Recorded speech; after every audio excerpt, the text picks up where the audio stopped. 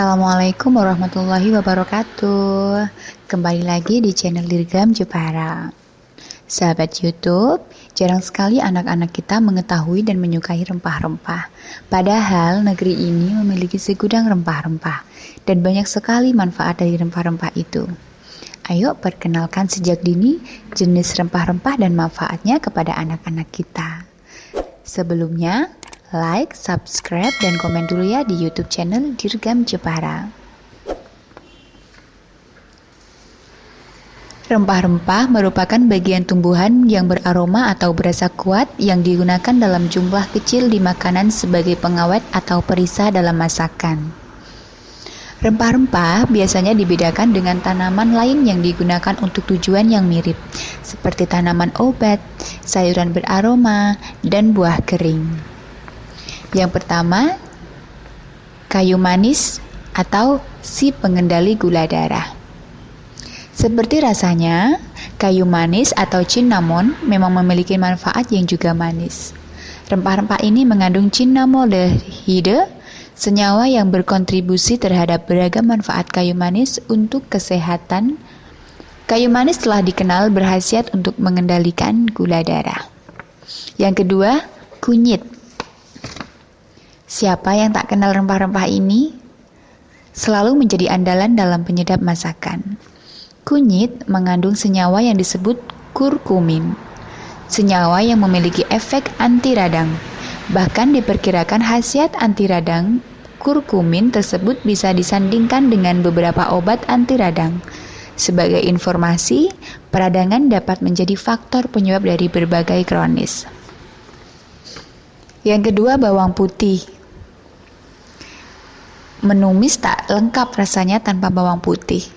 Tak hanya menyedapkan, rempah-rempah ini ditemukan bermanfaat untuk meringankan gejala pilek. Dengan demikian, Anda bisa mencoba menambahkan irisan bawang putih ke kemasakan saat mengalami pilek. Tak hanya untuk pilek, berbagai studi juga menemukan khasiat bawang putih untuk kesehatan jantung. Pasalnya, rempah-rempah ini dapat menurunkan kadar kolesterol dan tekanan darah. Yang keempat, pala. Rempah khas Indonesia ini sangat kaya dengan molekul antioksidan. Antioksidan diperlukan tubuh untuk melawan radikal bebas berlebih. Pemicu kerusakan sel pada pala kaya dengan molekul antioksidan untuk melawan radikal bebas. Radikal bebas pun telah dikaitkan dengan berbagai penyakit seperti kanker dan penyakit jantung. Yang kelima, jahe. Sangat populer untuk menghangatkan badan. Jahe pun memiliki efek terkenal untuk meredakan mual. Mual yang dapat dibantu diatasi oleh jahe termasuk yang disebabkan oleh morning sickness, kemoterapi, dan mabuk laut. Tak sampai di situ, jahe pun memiliki efek anti radang serta berkhasiat untuk meredakan rasa sakit. Yang keenam, bawang merah.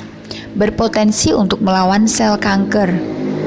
Bawang merah pun tak kalah berkhasiat dibandingkan temannya, bawang putih ya. Salah satu potensi manfaat bawang merah adalah menurunkan risiko berbagai kanker, termasuk kanker kolorektal dan lambung. Diperkirakan sifat anti kanker ini pada rempah ini berasal dari senyawa sulfur dan antioksidan flavonoidnya. Yang ketujuh, serai. Jika Anda penggemar sambal matah, serai tentu menjadi rempah-rempah favorit pada masakan tersebut. Tak hanya melezatkan makanan, banyak orang yang melaporkan manfaat air serai hangat untuk menenangkan pikiran. Lebih jauh lagi, air serai memiliki khasiat untuk meredakan rasa cemas. Yang kedelapan, ketumbar. Beberapa studi mengungkapkan bahwa biji ketumbar dapat mengendalikan kadar kolesterol. Sebuah studi pada hewan pun menemukan hal yang senada bahwa biji ketumbar dapat menurunkan kolesterol jahat dan meningkatkan kolesterol baik. Ketumbar memiliki potensi manfaat untuk jantung.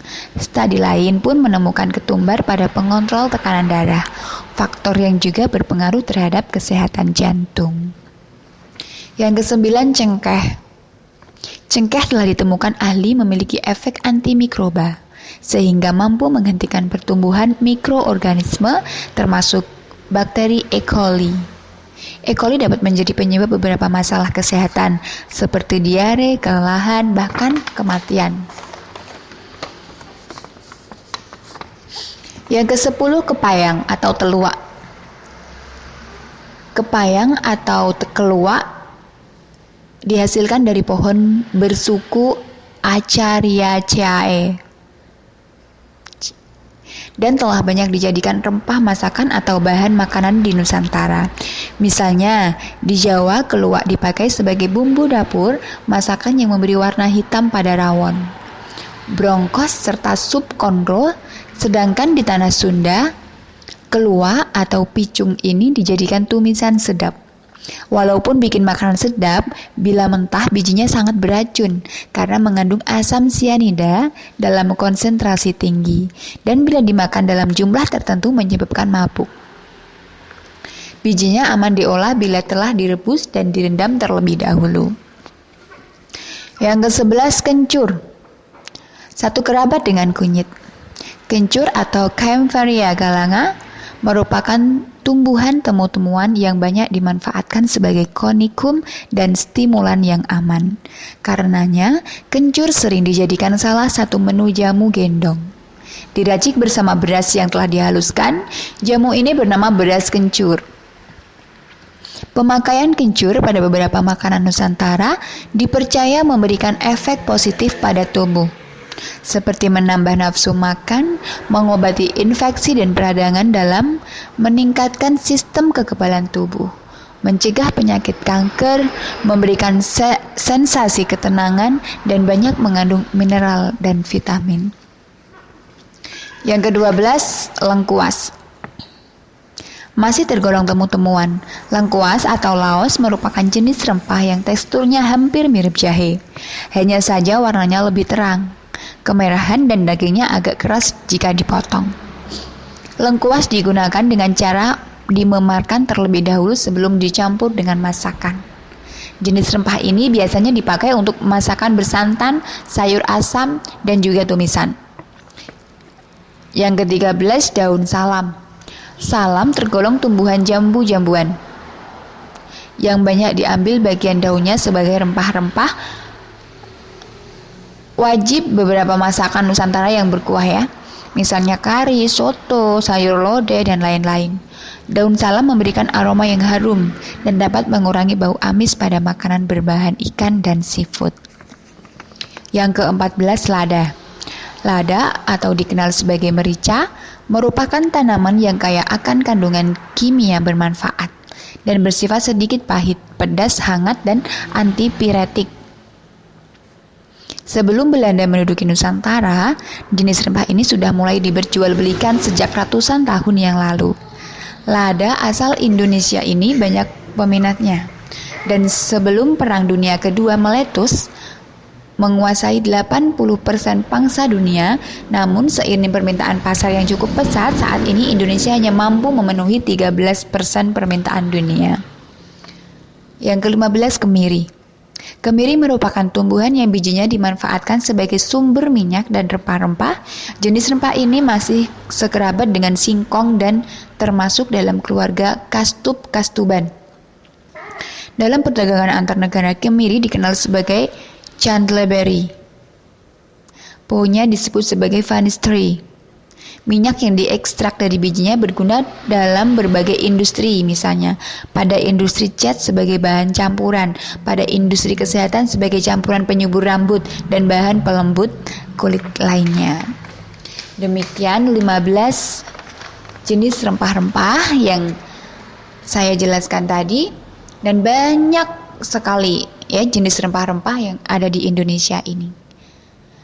Semoga apa yang saya jelaskan tadi bermanfaat untuk kita semua, dan semoga bisa menginspirasi para anak muda, para anak kita untuk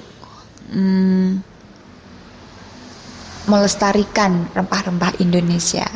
Terima kasih. Wassalamualaikum warahmatullahi wabarakatuh.